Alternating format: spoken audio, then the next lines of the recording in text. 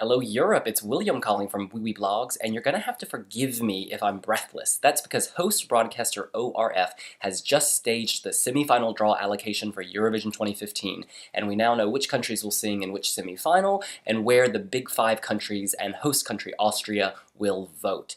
Those of you who watched will know that Austrian Eurovision commentator Andy Knoll was there, and so was his sidekick Katie. They had fun sticking their hands in these holes and pulling out country names and semi-finals.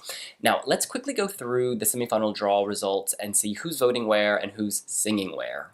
The first semi-final will take place on May 19th and will feature the following 16 countries. In the first half, we have Greece, the former Yugoslav Republic of Macedonia, Estonia, the Netherlands, Moldova, Finland, Belgium, and Armenia.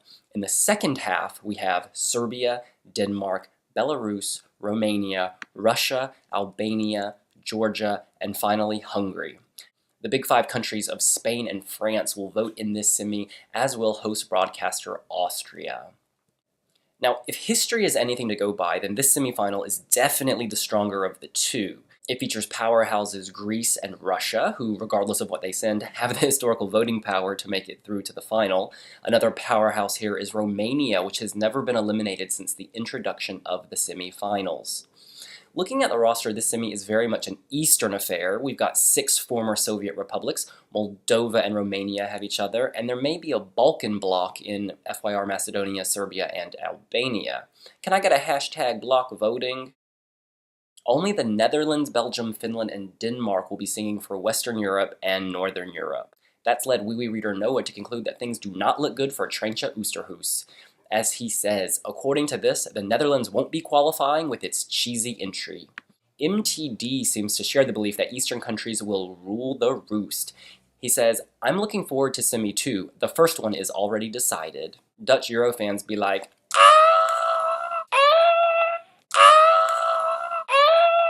okay, so I can understand that, but we need to be careful to jump to conclusions. Treintje will likely find support from Belgium, Finland, Denmark, and Estonia, which has always looked west, and also from Austria and France, who are voting in this semi-final. And surely Finland can count on some points from its neighbor Estonia. Also, former Soviet bloc voting power doesn't seem to be as strong as it used to be. If you look at the first semi-final of 2014, you'll remember that Estonia, Latvia, and Moldova were all eliminated. You'll also see that Western countries, including tiny Iceland and San Marino, managed to squeeze through, along with perennial favorite Sweden.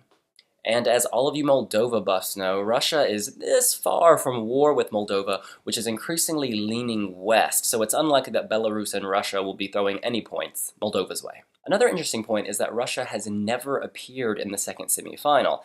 As we can see in this country profile from Eurovision.tv, Russia has sung in the first semi-final every single year since the EBU introduced the two-part system. Now, we're not superstitious, but given that Russia has always qualified from the first semi-final, they could send a duet between Peter Nalic and the Buranovsky Babushki, and they would still qualify.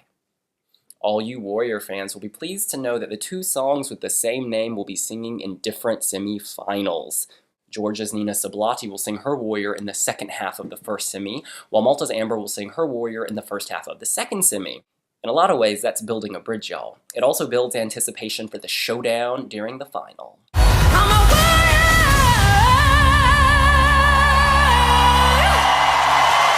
The second semi-final will take place on May 21st and will feature the following 17 countries: Norway, Ireland, Czech Republic, Lithuania, San Marino, Malta, Portugal, Montenegro. And in the second half, we have Switzerland, Azerbaijan, Slovenia, Latvia, Poland, Iceland, Israel, Cyprus, and Sweden. The big five countries of Germany, Italy, and United Kingdom will also vote in this semi.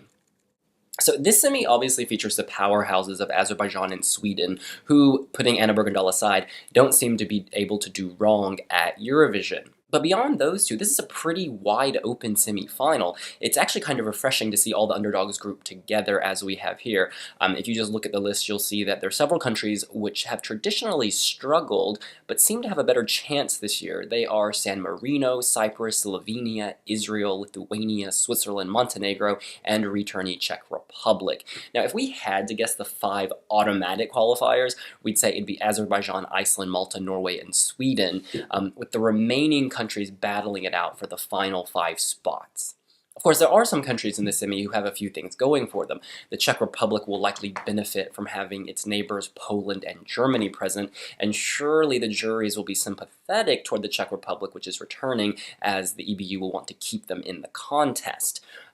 Poland is also starting to look like a lock. It's going to benefit from the presence of Lithuania, the Czech Republic, and Germany, 3 countries it borders, but also from the fact that the UK and Italy are voting in this semi rather. As you'll know, there's a huge Polish diaspora in both Britain and Italy. Our readers are thinking the same thing. A says, no matter what, Poland will advance to the grand final because of votes from UK, Germany, Italy, huge diasporas, Czech Republic, and Lithuania. I'm telling you, overall, I find the second semifinal more interesting. Israel, Cyprus, Czech Republic, Malta, Sweden, Dennis at TurkNL writes, yeah, I was watching this and I was like, all the underrated countries are in one semifinal and the rest in the other one. I hope a lot of unexpected things will happen, in a good way, of course. So what are you guys thinking? Are you happy with where your favorite country is singing? Are you pleased that the second semifinal seems to be one full of underdogs? Let us know your comments here on YouTube, on wiwibloggs.com, and on Twitter at wiwibloggs. See you later.